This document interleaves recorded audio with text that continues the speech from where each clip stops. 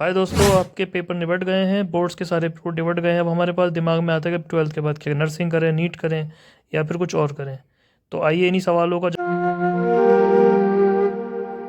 सारे सवालों का जवाब आज की वीडियो में मिलेगा। और जो आप स्पेशल जानकारी हम लेकर आए नीट क्या होता है, नीट कौन दे सकते हैं, नीट की क्या एलिजिबिलिटी होती है, नीट कब देना चाहिए, इन्हीं सारे सवालों का जवाब आज की वीडियो में हमारे लिए मिलेगा। और हमारा जो चैनल है साइंस क्लियर क्लासेस, अगर आप इस पर नए आए हैं तो इसे सब्सक्राइब कर लें और ज़्यादा से ज़्यादा शेयर करें और बेल भी का आइकन बजा दें ताकि आपको हर आने वाली वीडियो अपडेट मिल जाए। तो बात करते हैं नीट की। नीट क्या है? नीट क्या होता है और ये कैसी परीक्षा है, इसको कब हम दे सकते हैं, इसको कब देना चाहिए। थोड़ी सी वीडियो डिले हो गई है क्योंकि अभी जो है इसके फॉर्म निकल गए हैं, लेकिन जो है आपके लिए बहुत काम की जानकारी और आगे आने वाले साल में आपके लिए बहुत ज़्यादा इम्पोर्टेंट है। तो जैसा कि नीट अभी हम बता रहे थे आपको, नीट का मतलब होता है national eligibility cum entrance test, NEET UG 2024। National राष्ट्रीय पात्रता सह परीक्षा इसको कहा जाता है। परीक्षा या योग्यता परीक्षा भी हम इसको कह सकते हैं। इसको कंडक्ट कराता है एनटीए। एनटीए भारत सरकार की बनाई गई एक एजेंसी है जो नेशनल टेस्टिंग एजेंसी के नाम से जानी जाती है। और ये इसका कार्य है जो है टेस्ट वगैरह कंडक्ट कराना और उनसे रिज़ल्ट निकालना। आजकल कई सारी सरकारी नौकरियों के लिए भी एनटीए काम करती है और उनके लिए भी रिज़ल्ट बनाती है। तो हमारा जो मेन टॉपिक है उस पर आते हैं टाइम ख़राब ना करते हुए। नीट क्यों होता है, किस किस सब्जेक्ट्स के लिए होता है? ये होता है एमबीबीएस के लिए, बीडीएस के लिए, बीएचएमएस के लिए, बीएमएस के लिए। हाँ जी, ये आपको बनाता है डॉक्टर। यदि आपको जो है सफ़ेद कोट का शौक़ है और आपको जो है शरीर पर काला डालने का शौक़ है तो आपको जो है national eligibility cum entrance test NEET देना होगा। और नीट जो है क्या क्या आपसे मांग करता है, क्या क्या योग्यता चाहिए। तो नीट एक पात्रता परीक्षा है जो 3 घंटे और 20 मिनट की है। पेपर पेंसिल से परीक्षा होगी, यानी ऑनलाइन मोड में नहीं होगी, ऑफलाइन मोड में होगी ये परीक्षा। उसके बाद जो इसमें इम्पोर्टेंट है कि क्वेश्चन किस तरीके से होंगे। तो क्वेश्चन का जो पैटर्न है वो कुछ इस तरीके से होगा। फिजिक्स के 35 क्वेश्चन और 15 क्वेश्चन पूछे जाएंगे, जिसमें से केवल आपको जो है 35 क्वेश्चन और 10 क्वेश्चन अटैम्प्ट करने हैं। देखिए अभी मैं आपको दिखा रहा हूँ स्लाइड में। सबसे पहले आएगी फिज़िक्स। फिज़िक्स के 2 सेक्शन होंगे, सेक्शन ए, सेक्शन बी। ठीक है, एक 35 क्वेश्चन होंगे और 15 क्वेश्चन होंगे। 35 क्वेश्चन सेक्शन ए से होंगे, सेक्शन बी से 15 क्वेश्चन होंगे। उसके बाद आती है केमिस्ट्री। केमिस्ट्री के भी 2 ही सेक्शन होंगे, section A, section B. Section E से 35 क्वेश्चन, सेक्शन बी से 15 क्वेश्चन, 140 नंबर के। उसके बाद आती है आपकी बॉटनी। बॉटनी के अंदर जो क्वेश्चन होंगे वो भी 2 सेक्शन में होंगे।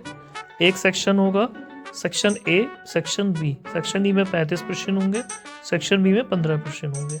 इसके बाद जो चौथा सेक्शन आएगा वो आएगा आपका वैसे ही 140 और 40 क्वेश्चन मार्क्स के क्वेश्चन होंगे, आपको जैसे पता है। उसके बाद आएगा आपका जूलॉजी। जूलॉजी में जो क्वेश्चन होंगे वो भी सेक्शन ए और सेक्शन बी में बटे रहेंगे। इस तरीके से टोटल मार्क्स होगा 720। अटैम्प्ट करना होंगे आपको 180 क्वेश्चन, यानी 200 में से 180 क्वेश्चन अटैम्प्ट करने हैं। हर क्वेश्चन के जो होगा एमसीक्यू बेस्ड होगा, नेगेटिव मार्किंग होगी 1/4 की, यानी अगर 4 प्रश्न आपने गलत कर दिए तो आपका एक सही उत्तर चला जाएगा। इसे कहते हैं नेगेटिव मार्किंग। तो इस तरीके से पेपर में तुक्का या दूसरी चीज़ें लगाने की कोशिश मत करिए और पेपर को जो है तरीके से करिए। उसके बाद जो इसमें मोस्ट इम्पॉर्टेंट बात है, किस भाषा में ये पेपर होगा, मीडियम क्या होगा पेपर का। तो इंग्लिश, हिंदी, आसामीज़, बंगाली, मराठी, उड़िया, तमिल, तेलुगु, यानी लगभग सभी भाषाओं में ये पेपर होता है। इंग्लिश में भी, हिंदी में भी, आसामीज़ में, बंगाली में, मराठी में, उड़िया में, तमिल में, तेलुगु में और उर्दू में भी। तो अलग अलग सेंटर्स पर अलग अलग जो है सब्जेक्ट्स में ये पेपर होते हैं। और ऑप्शन ऑफ पेपर होगा, जिन्होंने इंग्लिश ऑप्ट किया है उनके साथ में जो है सिर्फ इंग्लिश आएगी, और जिन्होंने हिंदी ऑप्ट किया है उनके पेपर में हिंदी और अंग्रेज़ी दोनों वर्जन आएंगे, इंग्लिश वर्जन आएगा साथ में। इंग्लिश वर्जन को ही अंतिम वर्जन माना जाता है। अगर आपके पेपर में कोई कमी है या पेपर में कोई मिस प्रिंट है तो अंतिम जो आपका रिजल्ट माना जाएगा या अंतिम जो स्कीम माना जाएगा वो अंग्रेज़ी को माना जाएगा। पर किस किस ज़ुबान में कहाँ कहाँ होगा? इंग्लिश और हिंदी में सारी सेंटर पे होता है। इंग्लिश और आसामीज़ में आसाम में होगा, इंग्लिश और बंगाली में वेस्ट बंगाल में होगा, इंग्लिश और गुजराती में गुजरात में होगा, इंग्लिश और कन्नड़ा में कर्नाटक में होगा, इंग्लिश और मलयालम में केरला में होगा, इंग्लिश और मराठी में महाराष्ट्र में होगा, इंग्लिश और उड़िया में उड़ीसा में होगा, इंग्लिश और पंजाबी में पंजाब में होगा।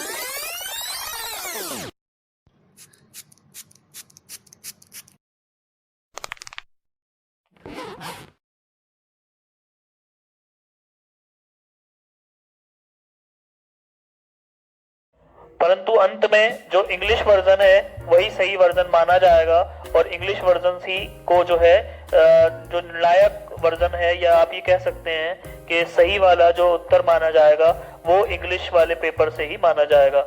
अब बात करते हैं जो दूसरी बात है एलिजिबिलिटी, कौन इस पेपर को दे सकता है और कौन इस पेपर को नहीं दे सकता। तो अगर एलिजिबिलिटी की हम बात कर रहे हैं तो एलिजिबिलिटी के लिए जो है सबसे पहले जो बच्चे 12th क्लास जिन्होंने पीसीबी और इंग्लिश से पास किया है, candidate who are appearing at the qualifying examination with English, Physics, Chemistry and Biology as the main subject and expect to pass the examination with the required percentage of marks are also eligible to apply। मतलब है जिन लोगों ने इस साल 12th की परीक्षा दी है वो भी इस परीक्षा में बैठ सकते हैं, क्योंकि जो लेकिन जब उनका रिजल्ट क्लियर हो जाएगा यानी एडमिशन के टाइम, काउंसलिंग के टाइम पर उन्हें अपना रिजल्ट जो है पेश करना पड़ेगा ताकि जो उनका एडमिशन हो सके। तो इसके लिए जो मेन योग्यता है वो पीसीबी से इंटर होना चाहिए इंग्लिश के साथ में और 50% मार्क्स के साथ ही इंटर होना चाहिए। और हायर सीनियर सेकेंडरी भी अगर आपने किया है बायोटेक्नोलॉजी के साथ या फिर आपने 12th में बायोलॉजी नहीं पढ़ी थी लेकिन बाद में आपने बायोलॉजी से अलग से इंटर कर लिया है, तब भी आप इस टेस्ट को दे सकते हैं। और इसमें कुछ और भी एलिजिबिलिटी बनती हैं जिन एलिजिबिलिटी पर अभी हम आगे बात करेंगे।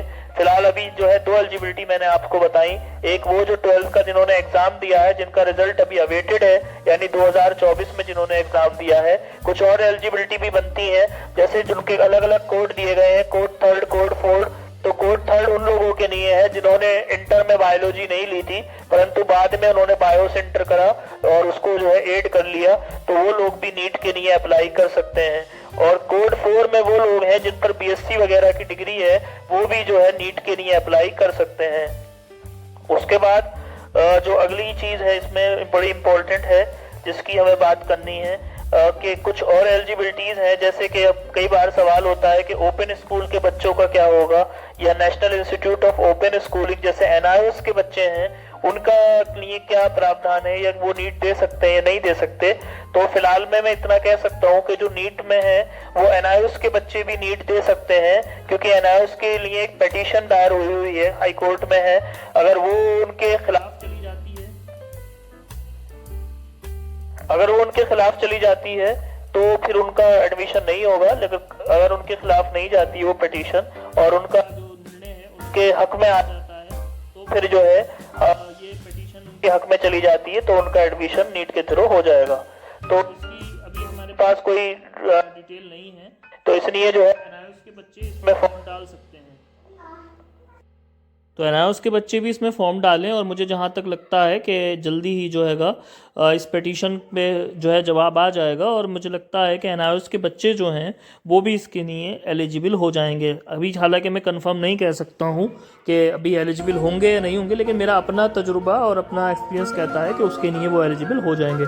तो अब करते हैं अगली बात, जो हमें एलिजिबिलिटी एनआईओएस का हमने क्लियर कर लिया, स्टेट ओपन बोर्ड का भी हम जो है यही चीज़ है। स्टेट ओपन के लिए भी उसी तरीके से है जैसे एनआईओएस के लिए है कि अगर गवर्नमेंट जो है उसको फॉलो करती है या नहीं करती है तो पिटीशन के आधार पर है। पिटीशन में जो भी आता है उसके आधार पर उनको एडमिशन दिया जाएगा। अगर पिटीशन में उनके खिलाफ आती है तो पिटीशन जो है उनको एडमिशन नहीं दिया जाएगा और अगर पिटीशन उनके हक में आ जाती है तो उन्हें एडमिशन दे दिया जाएगा। तो आपको लगभग एलिजिबिलिटी समझ आ गई होगी कि एलिजिबिलिटी जो है इसकी इस टेस्ट की क्या है।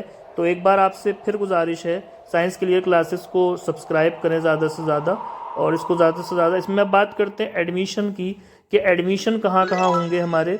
इसमें एडमिशन जो होते हैं आपके कहाँ कहाँ होंगे ये तो हमने बात कर ली। हाँ, सेक्शन बी में एक एमसीक्यू टाइप क्वेश्चन है जिसमें कैंडिडेट्स को 10 क्वेश्चन अटैम्प्ट करने होंगे 15 में से। अगर वो 10 से ज़्यादा भी अटैम्प्ट कर देता है तो वो क्वेश्चन चेक नहीं होंगे, और ये निगेटिव मार्किंग इनके लिए भी होगी। तो करेक्ट आंसर के लिए आपको 4 नंबर दिए जाएंगे, इनकरेक्ट आंसर के लिए आपको 1 नंबर दिया जाएगा। यदि आपने आंसर को टिक ही नहीं किया है तो आपको कोई भी नंबर नहीं आया, आपसे कोई भी नंबर नहीं काटा जाएगा। अब बात आती है कि ये किस किस के लिए एडमिशन देता है। तो 15% सीटें जितने भी मेडिकल कॉलेज में हैं सारी इंडिया में, ये सबके लिए एडमिशन देते हैं। इसके अलावा एम्स, जिपमर, सेंट्रल यूनिवर्सिटीज़, चाहे डीयू हो, दिल्ली यूनिवर्सिटी हो, चाहे बीएचयू हो, बनारस हिंदू यूनिवर्सिटी हो, चाहे एएमयू हो, चाहे एफएमसी हो, चाहे सीजीएसआईपीयू हो, चाहे ईएसआईसी हो, ये सबके लिए एडमिशन देती है अगर आपने इसके थ्रू किया है। नेक्स्ट बात करते हैं जो बहुत इम्पोर्टेंट इसमें बात करने की है, वो है क्राइटेरिया जो है क्या है, एज क्राइटेरिया क्या है बच्चे का। तो इसके लिए जो न्यूनतम उम्र आपकी होनी चाहिए वो 17.5 साल होनी चाहिए, और जो अधिकतम एज है आपकी वो इसके लिए अब जो है सरकार ने कोर्ट ने हटा दी है। तो अब जो है अंतिम उम्र कुछ नहीं है, यानी अगर आप 30 साल के, 32 साल के, 33 साल के, 34 साल के भी हैं तब भी आप नीट को अप्लाई कर सकते हैं। तो ये बहुत अच्छा मौका है उन लोगों के लिए, क्योंकि हेल्थ केयर सेक्टर जो होता है वो बहुत बिंदास सेक्टर है और इस सेक्टर में बहुत पैसा है। तो हेल्थ केयर सेक्टर में अगर आप काम कर रहे हैं और अगर आप डॉक्टर बन जाते हैं तो आप एक अच्छा पैसा भी अर्न करते हैं और आप जो है सेवा भी करते हैं लोगों की। तो इससे अच्छा सेक्टर कोई नहीं है जिसमें आपको सेवा करने का भी मौका मिल रहा हो और आपको पैसे का भी मौका मिल रहा हो। तो मैं फिर से दोहरा रहा हूँ, एलिजिबिलिटी की अगर मैं बात करूँ तो 17.5 साल न्यूनतम एज होनी चाहिए बच्चे की इसमें बैठने के लिए, इस टेस्ट को में अप्लाई करने के लिए। और अंतिम जो एज है उस बच्चे की होनी चाहिए आपके पास में कुछ भी हो सकती है और वो इसमें अप्लाई कर सकता है। तो बात करते हैं आगे, जो इसमें इम्पोर्टेंट चीज़ है, जो अभी कुछ चीज़ें इंपॉर्टेंट रह गई जिस पर हमें डिस्कस करना है। फॉर्म की कीमत आपको पता ही है, तो ओबीसी और जो जनरल और ईडब्ल्यूएस है उसके लिए कुछ पैसे जो है ज़्यादा रहते हैं, बाकी सबके लिए जो है पैसे कम रहते हैं। एससी और एसटी और ओबीसी के लिए ये पैसे कम रहते हैं। तो अभी मैं समझता हूँ कि आपके लगभग सभी सवालों का जवाब मिल गया होगा।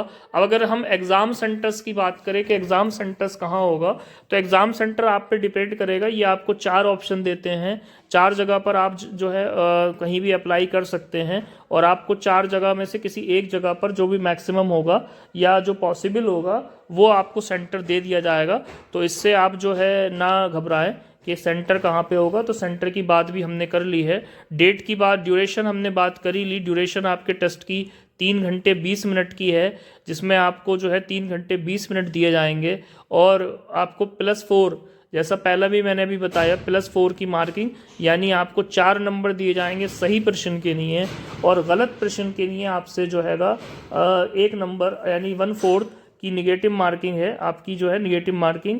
सही जो है क्वेश्चन काट लिया जाएगा 4 गलत क्वेश्चनों पर। तो ये हो गई आपकी निगेटिव मार्किंग। और ड्यूरेशन ऑफ टाइम की भी हमने बात कर ली, भाषा की भी बात कर ली। अब अंतिम बात करना है, कुछ स्पेशल कोर्सेज है जिनकी अलग अलग एलिजिबिलिटी है, थोड़ी सी उन पर बात करनी है। जैसे अगर आपको बीओएमएस करनी है तो बीओएमएस का मतलब है बैचलर ऑफ यूनानी मेडिसिन एंड सर्जरी। तो बीओएमएस करने के लिए आपके पास में 10th क्लास में उर्दू होनी चाहिए, यानी आपने 10th क्लास में यदि उर्दू पढ़ी है तभी आप बीओएमएस में एडमिशन ले सकते हैं। और इसमें जो 15% सीटें हैं वो ऑल इंडिया बेसिस मिलेंगी, ऑल इंडिया कोटे से मिलेंगी, और जो 85% सीटें हैं वो आपके स्टेट कोटे से मिलेंगी, यानी जो स्टेट का कोटा होगा आपका। 15% सीटें तो आपको जो है ऑल इंडिया मिल सकती हैं। आप अगर यूपी के हैं तो भोपाल में एडमिशन ले सकते हैं, मध्य प्रदेश में जा सकते हैं, कोई मध्य प्रदेश का बंदा है तो वो इधर भी आ सकता है। तो आपका जो 15% सीटें हैं वो नीट फिलअप करता है ऑल इंडिया कोटे के हिसाब से, और जो 85% सीटें बचती हैं वो स्टेट भर देंगे अपने अपने कोटे के हिसाब से। तो बीओएमएस के लिए मैंने बात बता दी। बीओएमएस के लिए एक स्पेशल एलिजिबिलिटी होती है दोस्तों। बीओएमएस के लिए आपको जो है 10th क्लास में उर्दू पढ़ी होनी चाहिए। यदि आप उर्दू पढ़े हुए हैं 10th क्लास में तो आप जो है बीओएमएस के लिए अप्लाई कर सकते हैं, और अगर आपने उर्दू नहीं पढ़ी है तो आप बीओएमएस के लिए अप्लाई नहीं कर सकते। तो बीएमएस क्या होता है? BMS bachelor of Ayurvedic medicine surgery है। बीजेपी गवर्नमेंट और जो अभी करंट गवर्नमेंट है उसने योगा साइंस को बहुत ज़्यादा हाइपर उस मतलब बड़ी स्टेट पे तरक्की दी रखी है और बहुत ज़्यादा उसको बढ़ा चढ़ा कर पेश किया गया है। तो इस तरीके से इसमें भी आप जो है बीएमएस इस टाइम कर सकते हैं। बीएमएस भी आपके लिए बहुत फ़ायदे का सौदा होने वाला है, क्योंकि बीएमएस में इस टाइम पर बहुत अपॉर्चुनिटीज़ हैं, तो बीएमएस भी आप कर सकते हैं। और इसके लिए कोई ख़ास एलिजिबिलिटी भी नहीं है। जो एलिजिबिलिटी एमबीबीएस की है वही एलिजिबिलिटी जो है बीएमएस के लिए भी है।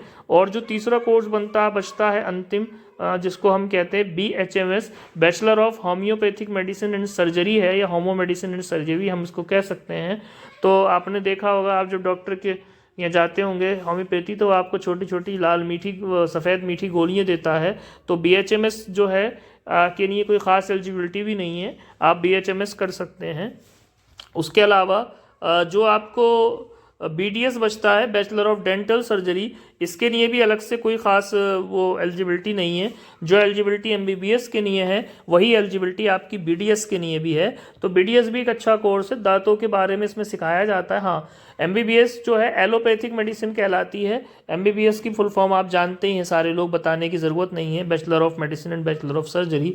और एमबीबीएस बहुत डिमांडेड कोर्स है, आज जो डिमांड में है। हर माँ बाप का सपना है कि हमारा बच्चा डॉक्टर हो जाए, होना भी चाहिए, क्योंकि हेल्थ केयर इंडस्ट्री जो है बहुत सदाबहार है और इसमें जो है कभी भी इसका डाउनफॉल बहुत मुश्किल से होता है, क्योंकि बीमारी कभी ख़त्म नहीं होती हैं, बीमारियाँ चलती रहती हैं, तो आदमी को लिए डॉक्टरों की ज़रूरत पड़ती रहती है। तो इस तरीके से ये बहुत अच्छा सेक्टर है, और जिस सेक्टर में बहुत अधिक आपको सेवा का भी मौका मिलेगा और मेवा का भी मौका मिलेगा। इस सेक्टर में बहुत ज़्यादा पैसा है। हेल्थ केयर इंडस्ट्रीज़ बहुत बड़ी इंडस्ट्रीज़ है और इसमें जो है बहुत ज़्यादा पैसा है। तो एमबीबीएस एलोपैथिक हो गई, और आयुर्वेदिक की अगर बात करें तो बीएमएस हो गई, और यूनानी मेडिसिन की अगर बात करें तो बीयूएमएस हो गई। इस तरीके से ये 5 कोर्सों के लिए नीट होती है। जिन बच्चों का इस बार फॉर्म भरने से चूक गया और जिनकी तैयारी नहीं थी, वो 1 वर्ष की तैयारी करें, हमारे चैनल से भी तैयारी कर सकते हैं। साइंस करियर क्लासेस आपको फ्री में तैयारी प्रोवाइड कराता है। आपके लिए एएमयू क्लास 9 के एंट्रेंस के लिए भी हम तैयारी कराते हैं, साइंस की पूरी तैयारी कराते हैं। उसमें क्लास 11th के एंट्रेंस के लिए भी एमयू के लिए है, बीएचयू का क्लास 9th के एंट्रेंस के लिए, बीएचयू के क्लास 11th के एंट्रेंस के लिए, नवोदय के क्लास 9th के क्लास 11th के एंट्रेंस के लिए, और ख़ास तौर से जामिया के 9th क्लास के एंट्रेंस के लिए, 11th के एंट्रेंस के लिए भी हम तैयारी कराते हैं।